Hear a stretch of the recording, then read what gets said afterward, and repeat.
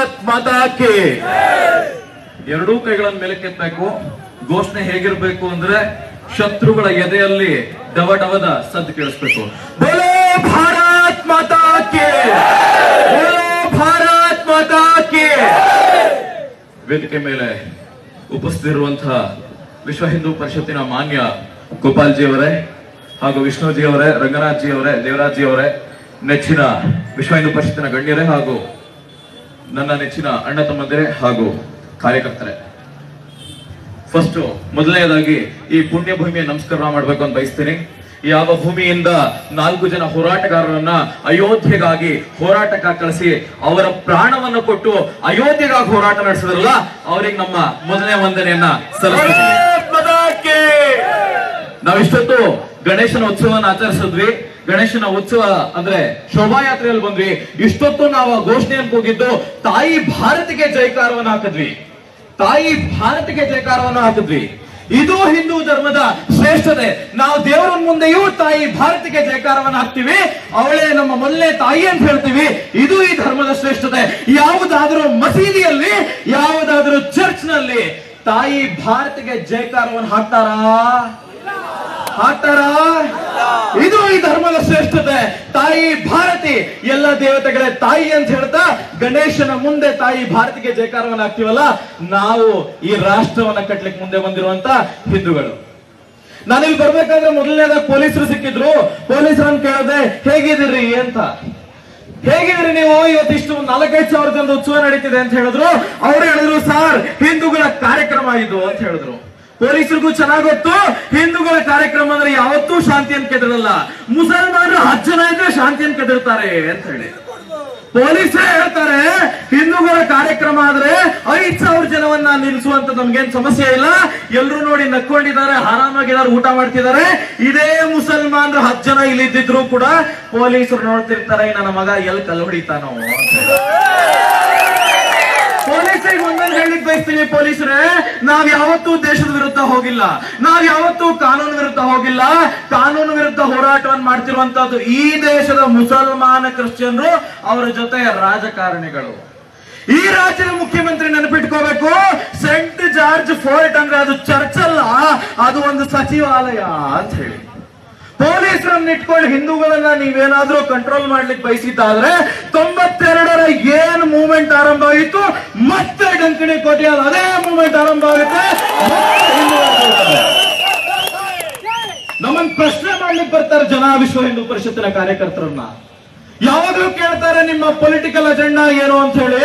ನಾನು ಹೇಳಲಿಕ್ಕೆ ಬಯಸ್ತೀನಿ, ನಾವ್ ಯಾರನ್ನೋ ಮುಖ್ಯಮಂತ್ರಿ ಪ್ರಧಾನಮಂತ್ರಿಯನ್ನ ಮಾಡ್ಲಿಕ್ಕೆ ಬಂದವರಲ್ಲ. ನಾವ್ ಯಾರನ್ನೋ ಮುಖ್ಯಮಂತ್ರಿ ಪ್ರಧಾನಮಂತ್ರಿಯನ್ನ ಮಾಡ್ಲಿಕ್ಕೆ ಬಂದವರಲ್ಲ. ಈ ದೇಶದ ಪ್ರತಿಯೊಬ್ಬ ಹಿಂದುವಿಗೂ ಮುಖ್ಯಮಂತ್ರಿ ಪ್ರಧಾನಮಂತ್ರಿಗಿಂತ ಹೆಚ್ಚು ಮರ್ಯಾದೆಯನ್ನ ಈ ರಾಷ್ಟ್ರದಲ್ಲಿ ಕೊಡಿಸ್ಲಿಕ್ಕೆ ಬಂದವರು ನಾವು ವಿಶ್ವ ಹಿಂದೂ ಪರಿಷತ್ತಿನ ಕಾರ್ಯಕರ್ತರು. ನಾನೆಲ್ಲರೂ ನಿಮ್ಮನ್ನ ಒಂದು ಮಾತನ್ನು ಕೇಳಲಿಕ್ಕೆ ಬಯಸ್ತೀನಿ. ಸಾಮಾನ್ಯ ಗಣೇಶೋತ್ಸವದ ಆರಂಭ 1894ರಲ್ಲಿ ಆಗಿತ್ತು. 1894ರಲ್ಲಿ ಯಾವಾಗ ಈ ರಾಷ್ಟ್ರದಲ್ಲಿ, ಈ ಭಾರತದಲ್ಲಿ ಸ್ವಾತಂತ್ರ್ಯದ ಸಂಗ್ರಾಮ ಆರಂಭ ಆಗಿತ್ತಲ್ಲ, ಆವತ್ತು ಗಣೇಶೋತ್ಸವ ಆರಂಭ ಆಗಿತ್ತು. ಸ್ನೇಹಿತರೆ, ಒಂದನ್ನು ನಾವು ನೆನಪಿಟ್ಕೋಬೇಕು, ನಮ್ಗೆ ಈ ಭೂಮಿ ಭೋಗದ ಭೂಮಿ ಅಲ್ಲ. ನಾವ್ಯಾರೂ ಭಾರತವನ್ನ ಭೋಗದ ಭೂಮಿಯಾಗಿ ಅನ್ಕೊಂಡಿಲ್ಲ, ನಾವ್ಯಾರೂ ಇದನ್ನ ಸೈಟ್ ಆಗಿ ಅನ್ಕೊಂಡಿಲ್ಲ. ಈ ತಾಯಿ ನಮಗೆ ಜಾಗವನ್ನು ಕೊಟ್ಟಂತವಳು, ನಮಗೆ ಅನ್ನವನ್ನು ನೀಡ್ತಿರುವಂತವಳು ಭಾರತ ಮಾತೆ. ಈ ತಾಯಿ ಯಾವುದೇ ಧರ್ಮವಿರಲಿ, ಮೊದಲು ಈ ತಾಯಿಯನ್ನು ಒಪ್ಪಿದಾದ್ರೆ ಮಾತ್ರ ಈ ರಾಷ್ಟ್ರದಲ್ಲಿ ಜಾಗ ಇದೆ ಅವರಿಗೆ. ಹಿಮಾಲಯ ಅವಳ ಕಿರೀಟ, ಬಲೋಚಿಸ್ತಾನ್ ಬರ್ಮಾ ಅವಳ ಭುಜಬಾಹುಗಳು, ವಿಂಧ್ಯ ಅವಳ ಸೊಂಟ, ಅವಳ ಕಾಲುಗಳ ಕನ್ಯಾಕುಮಾರಿ, ಅವಳ ಕಾಲುಗಳಿಗೆ ಭಗವಂತ ಅರ್ಪಿಸಿರುವಂತಹ ಹೂ ಶ್ರೀಲಂಕಾ. ಇದು ನಮ್ಮ ಭಾರತದ ಕಲ್ಪನೆ. ನಾವ್ಯಾರೂ ಭಾರತವನ್ನು ಭೋಗದ ಭೂಮಿಯಾಗಿ ನೋಡಿಲ್ಲ. ನಾವೆಲ್ಲರೂ ಯಾವಾಗಲೂ ಭಾರತ್ ಮಾತಾ ಕಿ ಜೈ ಅಂತ ಕೂಗಿದವರು, ತಾಯಿ ಭಾರತಿ ಅಂತ ಕರೆದವರು ನಾವು. ಗಣೇಶೋತ್ಸವದ ಆರಂಭ 1894ರಲ್ಲಿ ಆರಂಭ ಆಯಿತು. ಲೋಕಮಾನ್ಯ ತಿಲಕರು ಗಣೇಶೋತ್ಸವದ ಆರಂಭಕ್ಕೋಸ್ಕರ ಕಷ್ಟವನ್ನು ಪಟ್ಟವರು. ಆರಂಭದಿಂದ 2 ಉದ್ದೇಶ ಇತ್ತು. ಮೊದಲನೇ ಉದ್ದೇಶ, ಈ ರಾಷ್ಟ್ರದಲ್ಲಿ ಯುವಕರು ಸತ್ತೋಗಿದ್ದಾರೆ, ಈ ರಾಷ್ಟ್ರದಲ್ಲಿ ಯುವಕರು ಎದೊಳ್ತಿಲ್ಲ, ಬ್ರಿಟಿಷರ ವಿರುದ್ಧ ಯಾವುದೇ ಘೋಷಣೆಯನ್ನು ಹಾಕ್ತಿಲ್ಲ. ಎರಡನೇದು, ಈ ರಾಷ್ಟ್ರದಲ್ಲಿರುವಂತ ಬ್ರಿಟಿಷರು ಮತ್ತೆ ಮುಘಲರು ಸೃಷ್ಟಿ ಮಾಡಿರುವಂತ ಜಾತಿ ಪದ್ಧತಿಯನ್ನು ಅಳಿಸ್ಬೇಕು ಅಂತ ಹೇಳುವಂತದನ್ನ ಆರಂಭ ಮಾಡಿದ್ರು.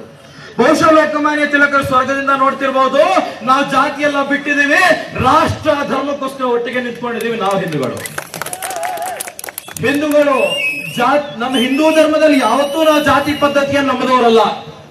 ಕ್ಯಾಸ್ಟ್ ಅನ್ನುವಂತ ಪದವನ್ನ ಕಂಡುಹಿಡಿದವರು ಪೋರ್ಚುಗೀಸ್ನವರು ಕ್ಯಾಸ್ಟೋ ಅಂತ ಹೇಳುವಂತ ಪದದಿಂದ.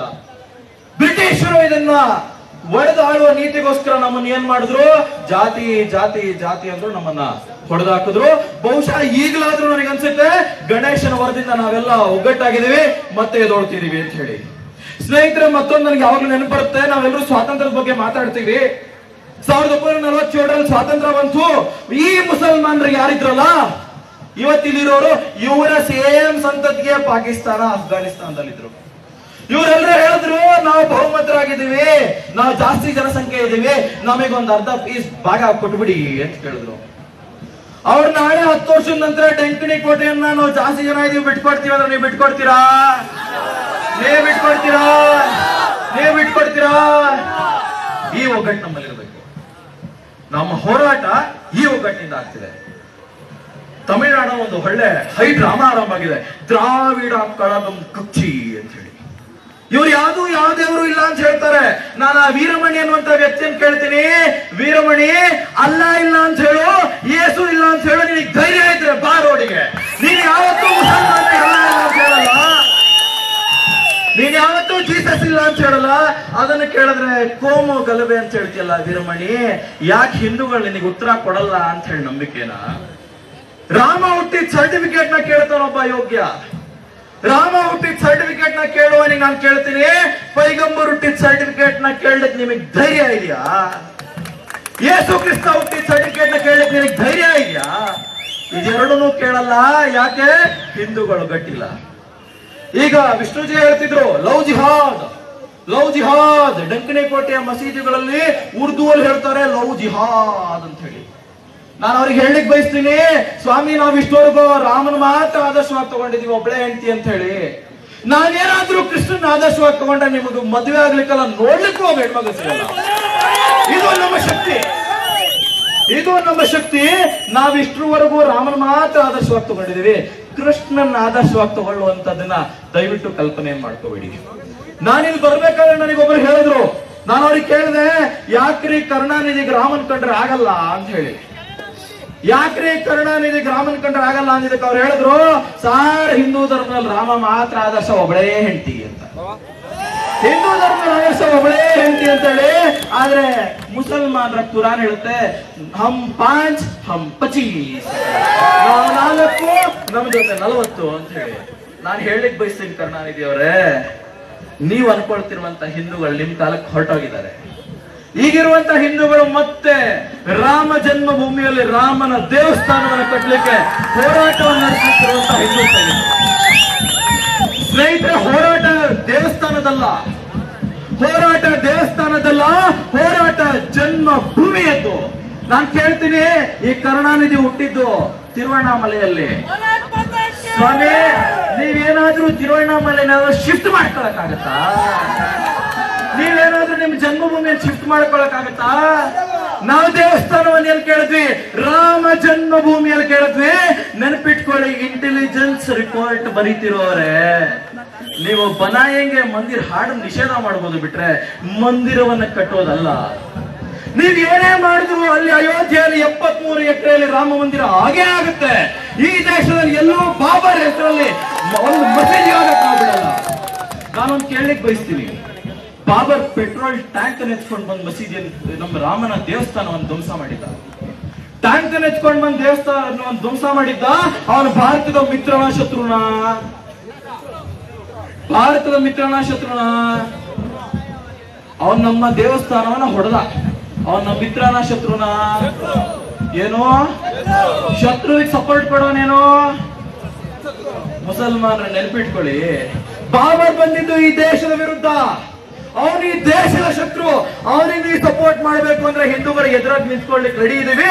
ನೀವ್ ಎದುರು ನಿಂತ್ಕೊಳ್ಳಿಕ್ ನೀವು ರೆಡಿ ಇದ್ದೀರಾ ಅಂತ ಯೋಚನೆ ಮಾಡಿ. ಒಂದ್ ಕಡೆ ಮುಸಲ್ಮಾನರು ಮಸೀದಿಯಲ್ಲಿ ಓದ್ತಿದ್ರೆ ನಾನು ಪೊಲೀಸರನ್ನ ಕೇಳಿಕ್ ಬಯಸ್ತೀನಿ, ಪೊಲೀಸ್ರೆ ನೀವು ಗಣೇಶ ಇಷ್ಟೇ ಅಡಿ ಇರಬೇಕು, ಇಷ್ಟೇ ಇರಬೇಕು, ಪಟಾಕಿ ಹೊಡಿಬಾರ್ದು ಅಂತ ಹೇಳ್ತಿರಲ್ಲ. ನಿಮ್ಮ ಸುಪ್ರೀಂ ಕೋರ್ಟ್ ಆದೇಶ ಮಾಡುತ್ತೆ ಮುಸಲ್ಮಾನರ ಮಸೀದಿಗಳ ಲೌಡ್ ಸ್ಪೀಕರ್ ಗಳ ಕಿತ್ತಾಕಿ ಅಂತ ಹೇಳಿ ನೀವು ಕೇಳಲಿಕ್ಕೆ ನಿಮಗೆ ಧೈರ್ಯ ಇಲ್ಲ. ಮುಸಲ್ಮಾನರ ಲೌಡ್ ಸ್ಪೀಕರ್ ಕೇಳಲಿಕ್ಕೆ ನಿಮಗೆ ಧೈರ್ಯ ಇಲ್ಲ. 365 ದಿನ 5 ಹೊತ್ತು ಬೆಳಗ್ಗೆಯಿಂದ ಲವೋನ್ ಬಡ್ಕೊಂಡ ಕೇಳಲಿಕ್ಕೆ ನಿಮಗೆ ಧೈರ್ಯ ಇಲ್ಲ. ವರ್ಷದ 1 ದಿನ ಗಣೇಶೋತ್ಸವಕ್ಕೆ ಸ್ಪೀಕರ್ ಸಿಸ್ಟಮ್ ಪರ್ಮಿಷನ್. ಒಂದಂತೂ ನೆನ್ಪಿಟ್ಕೊಳ್ಳಿ ಪೊಲೀಸರೇ, ಕ್ರಿಶ್ಚಿಯನ್ ಪೊಲೀಸ್ ಇದ್ರೆ ಕ್ರಿಶ್ಚಿಯನ್ ಸಪೋರ್ಟ್ ಮಾಡ್ತಾನೆ, ಮುಸಲ್ಮಾನ ಪೊಲೀಸ್ ಇದ್ರೆ ಮುಸಲ್ಮಾನರು ಹಿಂದೆ ಬಿಟ್ಟಿರ್ತಾನೆ. ನೀವು ಹಿಂದೂ ಪೊಲೀಸರು ಹಿಂದೂಗಳಿಗೆ ಸಪೋರ್ಟ್ ಮಾಡೋದು ಬೇಡ ಸ್ವಾಮಿ, ತೊಂದರೆ ಕೊಡಬೇಡಿ ಸಾಕು. ಮುಸಲ್ಮಾನರ ಪೊಲೀಸರು ಮುಸಲ್ಮಾನರಿಗೆ ಸಪೋರ್ಟ್ ಕೊಡ್ತಾರೆ, ನೀವು ಯಾವತ್ತೂ ನಮಗೆ ತೊಂದರೆ ಕೊಡಬೇಡಿ. ಸ್ನೇಹಿತರೆ, ಒಂದ್ ಕಾಲದಲ್ಲಿ ಗಣೇಶೋತ್ಸವ ಆರಂಭ ಆಗಿದ್ದು ಈ ರಾಷ್ಟ್ರದಲ್ಲಿ ಸ್ವತಂತ್ರವನ್ನು ಕೊಡಿಸ್ಲಿಕ್ಕೋಸ್ಕರ. ಈಗ ಗಣೇಶನ ಸಾಕ್ಷಿಯಾಗಿ ಹೇಳ್ತಿದ್ದೀನಿ, ಹಿಂದೂ ವಿಜಯ ಪತಾಕೆ ಇಡೀ ವಿಶ್ವದಲ್ಲಿ ಹಾರಿಸ್ಲಿಕ್ಕೋಸ್ಕರ ಗಣೇಶೋತ್ಸವ ಆರಂಭ ಆಗಿದೆ. ಈ ನಾಡಿನ ಈ ದಂಕಿಣಿ ಕೋಟೆಯಲ್ಲಿ ಸತ್ತಂತ 4 ಜನರ ಜೊತೆ 119 ಜನ ಜೊತೆಗೆ ವಿಶ್ವ ಹಿಂದೂ ಪರಿಷತ್ತಿನ ಪೂರ್ಣಚಂದ್ರ ಮಾನ್ಯ ಅಶೋಕ್ ಸಿಂಗಾಲ್ಜಿ ಅವರ ಆತ್ಮಕ್ ಶಾಂತಿಯ ಸಿಕ್ಕೊಡ್ಬೇಕು ನಾವು ಅಂದ್ರೆ ಚಲೋ ಅಯೋಧ್ಯ ಅಂತ ಹೇಳ್ಬೇಕು. ಮತ್ತೆ ಅಯೋಧ್ಯೆಯಲ್ಲಿ ರಾಮ ಜನ್ಮಭೂಮಿಯಲ್ಲಿ ಮಂದಿರವನ್ನು ಕಟ್ಟಬೇಕು. ನಮ್ಮ ರಾಜಕಾರಣಿಗಳು ಇನ್ನೊಂದು ನೆನ್ಪಿಟ್ಕೋಬೇಕಾಗುತ್ತೆ, ರಾಜಕಾರಣಿಗಳು ಪೊಲೀಸರು ಎಲ್ಲಿವರೆಗೂ ಈ ದೇಶದಲ್ಲಿ ಹಿಂದೂಗಳು ಪೂರ್ಣ ಬಹುಮತದಲ್ಲಿ ಇರ್ತಾರೋ ಅಲ್ಲಿವರೆಗೂ ಮಾತ್ರ ಪ್ರಜಾತಂತ್ರ ಇರೋದು. ಇಲ್ಲಾಂದ್ರೆ ಪೊಲೀಸರು ನಿಮಗೆ ಕಾಶ್ಮೀರದಲ್ಲಿ ಕಲ್ಲು ಹೊಡೆದ್ರು ಹಂಗೆ ಹೊಡಿತಾರೆ. ಹಿಂದೂಗಳು ಎಲ್ಲಿವರೆಗೂ ಬಹುಮತರಾಗಿರ್ತಾರೋ ಮುಸಲ್ಮಾನರು ಭಯ ಬಿದ್ದು ಒಳಗಿರ್ತಾರೆ. ಮುಸಲ್ಮಾನರು ಯಾವ್ದು ಬಹುಮತರಾಗಿರ್ತಾರೋ ಕಾಶ್ಮೀರದಲ್ಲಿ ನಿಮ್ಗೆ ಕಲ್ಲು ಹೊಡೆದ್ರಲ್ಲ ಅದೇ ತರ ಕಲ್ಲು ಹೊಡಿತಾರೆ. ನೆನಪಿಟ್ಕೊಳ್ಳಿ, ಹಿಂದೂಗಳ ಪರ ನಿಲ್ಲಿ, ರಾಷ್ಟ್ರ ನಿಮ್ ಜೊತೆ ನಿಲ್ತೀವಿ, ನಾವು ನಿಮಗೆ ಸಹಕಾರವನ್ನು ಕೊಡ್ತಾ ಹೇಳ್ತಿದ್ದೀನಿ. ಸ್ನೇಹಿತರೆ, ಒಂದ್ ಮಾತನ್ನು ಹೇಳಿಕ್ ಬಯಸ್ತೀನಿ, ಹಿಂದೂ ಧರ್ಮದಲ್ಲಿ ಬ್ರಹ್ಮ ಹತ್ಯೆಯ ದೋಷ ಮಾಡಿದ್ರು ಕೂಡ ನಿಮಗೆ ಪರಿಹಾರ ಇದೆ. ಬ್ರಹ್ಮನ ಹತ್ಯೆ ಮಾಡಿದ್ರು ಕೂಡ ನಿಮಗೆ ಪರಿಹಾರ ಇದೆ. ಗೋವಿನ ಹತ್ಯೆಗೆ ನಿಮಗೆ ಪರಿಹಾರ ಇಲ್ಲ. ನಾವೆಲ್ಲರೂ ಪಣ ತೊಡೋಣ, ಗೋವು ಮತ್ತೆ ನಮ್ಮ ಹೆಣ್ಮಕ್ಳನ್ನು ಕಾಪಾಡೋಣ. ಒಬ್ಬ ಹೆಣ್ಣು ಮಗಳ ಮೇಲೆ ಮುಸಲ್ಮಾನನ ಕೈ ಬಿತ್ತು ಅಂದ್ರೆ 100 ಕೋಟಿ ಹಿಂದೂಗಳ ಕೈ ಮೇಲೆತ್ತಬೇಕು, ಮತ್ತೆ ಹೆಣ್ಮಗಳನ್ನ ಕಾಪಾಡಬೇಕು ಅಂತ ಹೇಳ್ತಾ ನನ್ನ ಮಾತನ್ನು ಮುಗಿಸ್ತೀನಿ.